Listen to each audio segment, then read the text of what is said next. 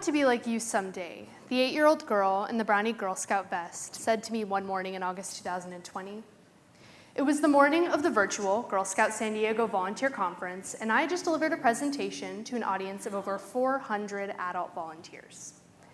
Like me, I remember thinking to myself as I looked at her young, hopeful face, 1 year ago, I lacked the confidence to see myself as an inspirational person or one well-suited to be a leader. I saw myself as an unremarkable, shy, and panicky 16-year-old girl who worried too much about school and too much about social situations.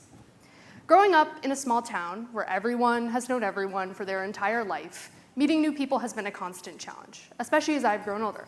Entering my freshman year of high school, I found myself clinging to the people I know best, not wanting to venture beyond who and what was comfortable for me. At the same time, academic stress ruled much of my life.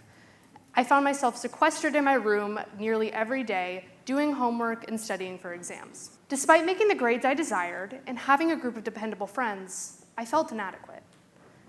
Why can't I be naturally intelligent? And why can't I work up the courage to meet new people? Were questions that lingered in my mind as I toiled away in my room. What I failed to recognize in these moments of worry was that I was more than what I perceived to be a lack of natural ability or innate confidence.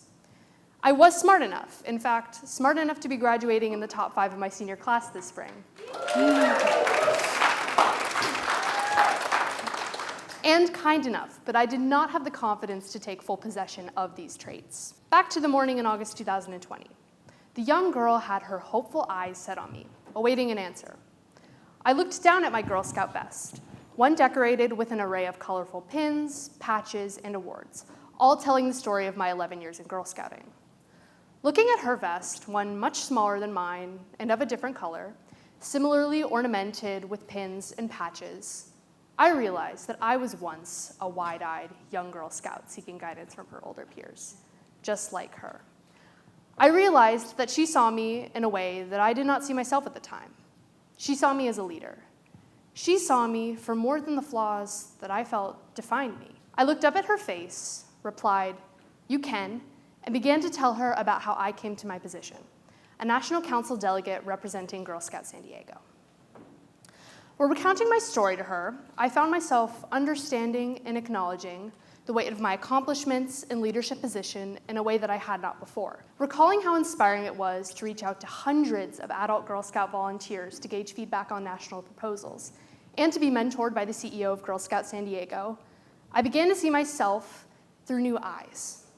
The eyes of the 8-year-old Girl Scout, free from the lens of scrutiny I viewed myself through, helped me recognize, understand, and appreciate the leader within. As I embraced the confidence I now realized I had, I felt empowered to fight for the cause that has captivated me for much of my life, our warming planet. Ever since I was a little girl in the back of a car moving westbound to evacuate the looming Witch Creek fire in 2007, I knew I was both fascinated by and fearful of Earth's natural disasters. I was 3 years old when I watched the hills of my hometown become engulfed by roaring orange flames and returned to see them scorched a deep charcoal black, much of its life charred and erased. As I grew older, I watched fires consume my home state of California more often and more ferociously. With every new fire warning, the threat of the climate crisis and generations of lost futures became increasingly petrifying. A month after the volunteer conference, a nearby wildfire cast an orange haze in the sky. Instead of feeling fearful, I remembered the young girl I had met a month ago. I remembered how she looked up to me and how she saw me as a leader. I knew then that I had to harness my leadership skills to become the environmental leader that young girls like her needed. During the fall of 2020, I worked alongside a team of peers and mentors to co-found an environmental activism organization, Girls for Environmental Action, or GEA. The organization aims to provide middle and high school-aged Girl Scouts with the opportunity to connect with environmental issues, learn how to advocate for change, and find hope in communicating with peers who are also passionate about protecting the planet. Through teaching and connecting with over 600 teenage girls from all over Southern California, I have felt a tangible sense of purpose once unknown to me. Before co-founding GEA, I saw my future, one intertwined with the climate crisis, as full of uncertainties. Will the agriculture that supports my hometown begin to fail? Will my future children have clean air to breathe? Although co-founding GEA has not answered these questions, it has provided me the opportunity to give and receive hope in the face of an issue that is so often hopeless. The COVID-19 pandemic has altered my life in more ways than I could have ever imagined.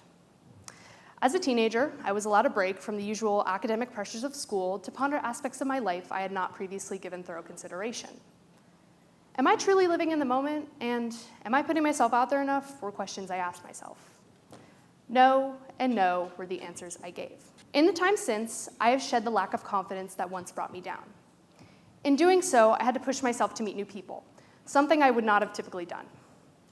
By putting myself out there, I have formed new friendships in school, Girl Scouts, and even with someone who I met while taking the SAT this spring. Expanding my social circle beyond the people and the town I have known my whole life has given me great confidence in the social skills I once doubted.